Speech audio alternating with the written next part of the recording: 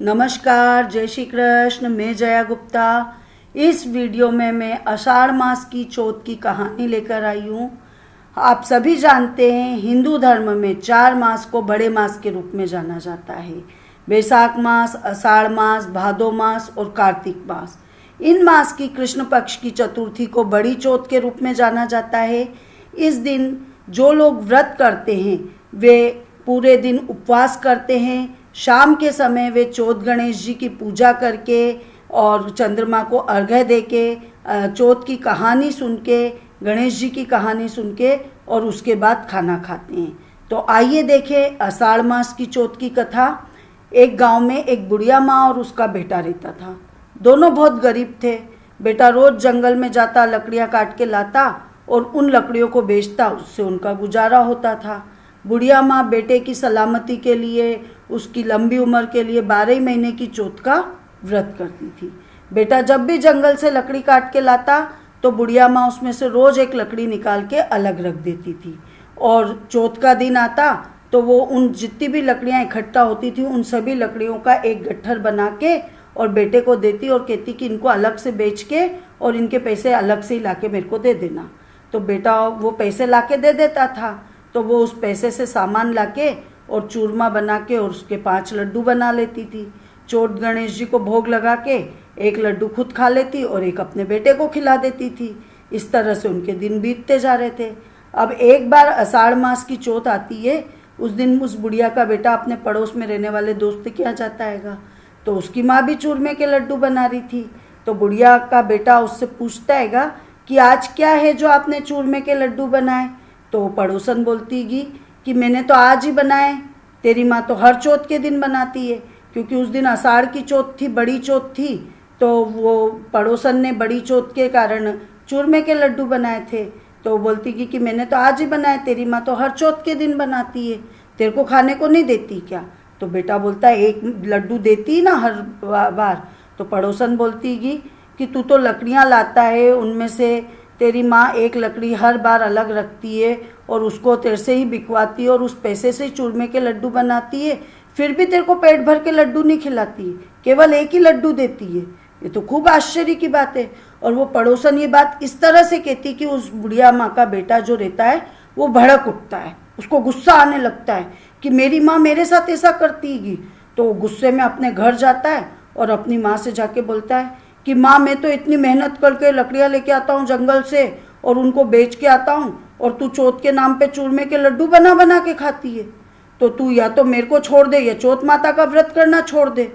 तो उसकी माँ ये जैसे ही सुनती है तो बोलती कि बेटा चौथ माता का व्रत तो मैं तेरी भलाई के लिए कर रही हूँ, तेरी भलाई के लिए मैं तेरे को छोड़ सकती हूँ पर चौथ माता को तो नहीं छोड़ सकती।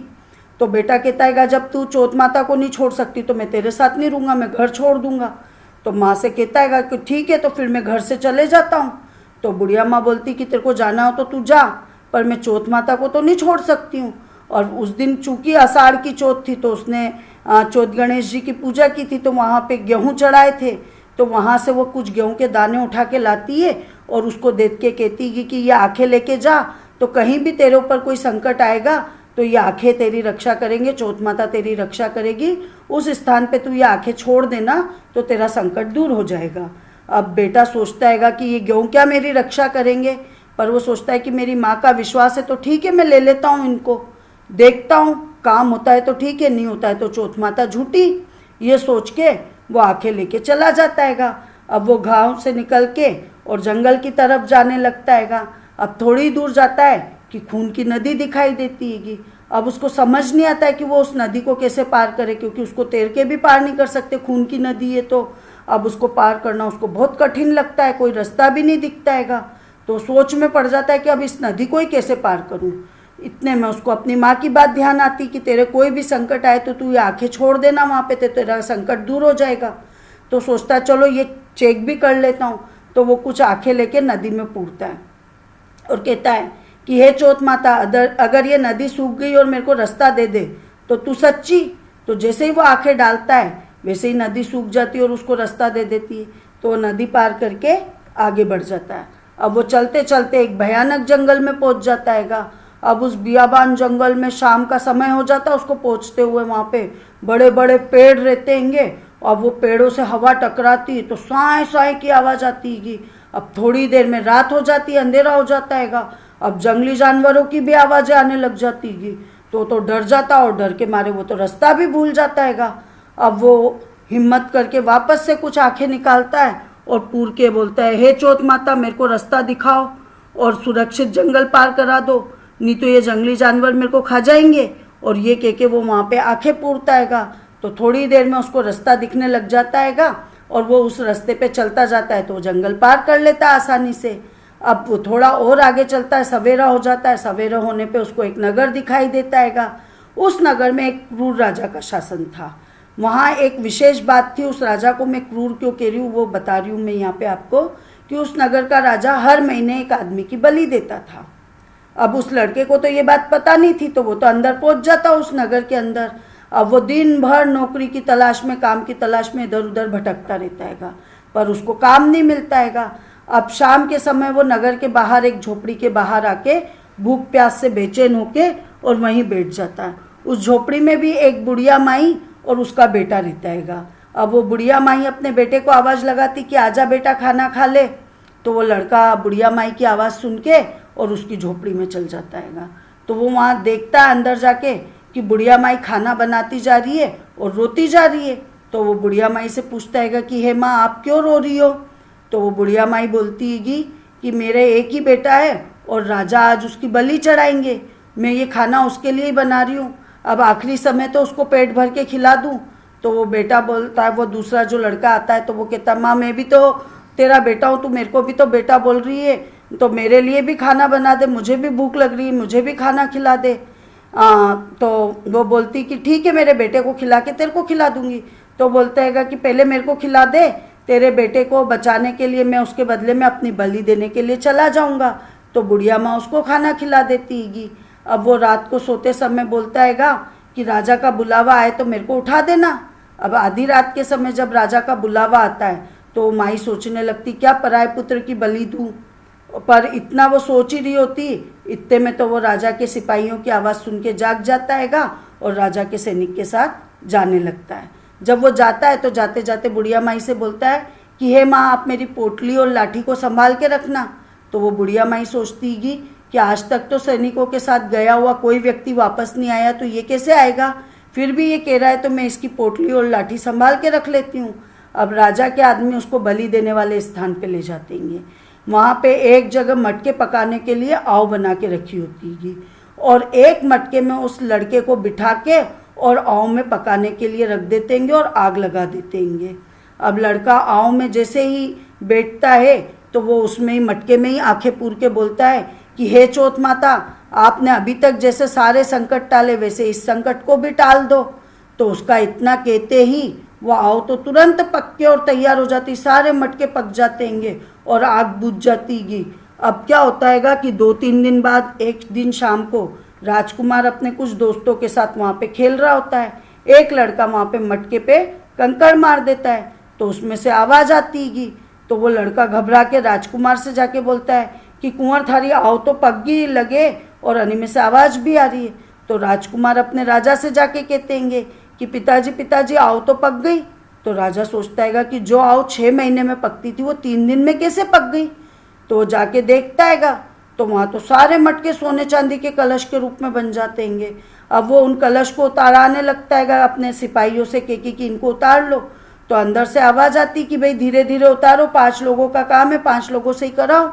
तो राजा के आदमी बोलते हैं कि इसमें तो कभी भी कोई आवाज़ नहीं आती कि आज कौन भूत प्रेत दैत्य वगैरह आ गया जो इसमें से बोल रहा है। तो अंदर से वो लड़का बोलता है कि मैं वही लड़का बोल रहा हूँ जिसको तुमने अंदर बिठाया था। जिस कलश में से आवाज़ आती है उस कलश के अंदर वो झाँक के देखते तो वहाँ तो चारों ओर हरे हरे ज्वारे उग गए और बीच में लड़का बैठा हुआ है। उन ज्वारों के बीच में उसने जो आंखें पूरे थे ना उनसे ज्वारे उग गए और बीच में वो लड़का बैठा हुआ है। तो राजा के आदमी भागे भागे जाते राजा के पास और जाके सारी बात बताते हैं। तो राजा उससे आके पूछते हैं कि तू कौन है और कैसे बच गया।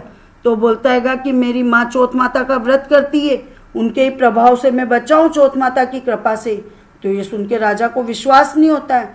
तो राजा बोलते मैं तेरी एक परीक्षा लूँगा, उसके बाद ही मैं विश्वास करूँगा तेरी बात पे।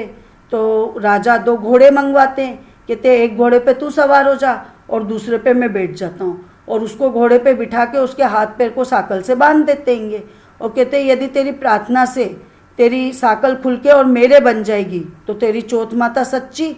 अब वो दोनों घोड़े पे बैठ जाते हैं और उसको बांध देते हैं साकल से।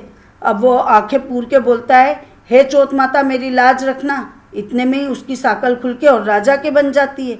अब राजा सोचता है कि चौथ माता तो सच्ची है, तो राजा उससे अपनी बेटी का ब्याह कर देता हैगा। अब वो राजा के साथ वहीं अपनी पत्नी के साथ रहने लग जाता है। अब इस तरह से कई दिन निकल जाते हैं। एक दिन वह अपनी पत्नी से कहता है कि आज तो मेरे गांव की बिजली चमक रही है। तो राजकुमारी जी पूछती कि तुम्हारा गांव भी है क्या? तो बोलता हाँ मेरा गांव है और मेरी माँ भी है, अब अपन अपने गांव को चलेंगे। तो राजा उन दोनों को बहुत सारा धन देके बेटी जमाई को विदा करता हैगा। अब इधर गांव में उसकी बुढ़िया माँ अकेली रह जाती है। अब वो लकड़ी काटने जंगल में तो जा नहीं सकती है, तो वो जंगल में जाके गोबर बीन के लेके आ जाती थी रोज और उनके कंडे बना के और उनको बेच के इस तरह से वो अपना खर्चा दुखम सुखम में चला रही थी। अब उस दिन की बात होती है कि जब उसका बेटा बहू वापस गांव में आते हैं तो उनको देख के पड़ोसन उस बुढ़िया से बोलती है कि ए माई तेरे बेटे बहू आ रहेंगे, ऐसा लगता है बहुत सारा धन वगैरह भी साथ में लेके आ रहेंगे। तो बुढ़िया माँ बोलती कि मेरी किस्मत में बेटे बहू का लिखे, एक बेटा था जिसको भी तूने सिखा पढ़ा के घर से बाहर निकाल दिया। अब तो मेरा मन नहीं मानता, इसलिए मैं रोज उस रास्ते पे जाके देख आती हूँ कि कभी तो मेरी याद आए उसको और वो आ जाए। इस तरह से बोल के वो वापस उस रास्ते पे जाके देखती है तो सच्ची में उसके बेटे बहू आ रहे होते हैं। तो बेटे बहू उसके पास आते हैं, उसके पैर पड़ते हैं तो दोनों को आशीर्वाद देती है। तो बेटा बोलता है कि माँ मेरे को तो तेरी चौथ माता नहीं बचाया, उनके प्रभाव से ही मैं वापस आया और राजा की बेटी से मेरा विवाह हुआ। तो उसके बाद वो सारी नगरी में राजा ढिंडोरा पिटवा देता हैगा कि बेटे की माँ और नर की नारी सब चौथ माता का व्रत करे। हे चौथ माता, जैसे उस बुढ़िया माई के बेटे के संकट को काटे वैसे सबके संकट काटना, कहते सुनते हुंकारा भरते सबकी मनोकामना पूरी करना। आप सभी को मेरा ये वीडियो अच्छा लगा हो तो इसको लाइक कीजिए, शेयर कीजिए। अभी तक यदि आपने मेरे चैनल को सब्सक्राइब नहीं किया तो कृपया मेरे चैनल को सब्सक्राइब कीजिए, बेल आइकन को हिट कीजिए ताकि मेरे नए वीडियोस के नोटिफिकेशन आपको तुरंत प्राप्त हो। हिंदू धर्म, संस्कृति, तीज त्योहार, व्रत कथा, रीति रिवाज इत्यादि जानने के लिए मेरे साथ बने रहिए। बोलो चौथ गणेश जी की जय।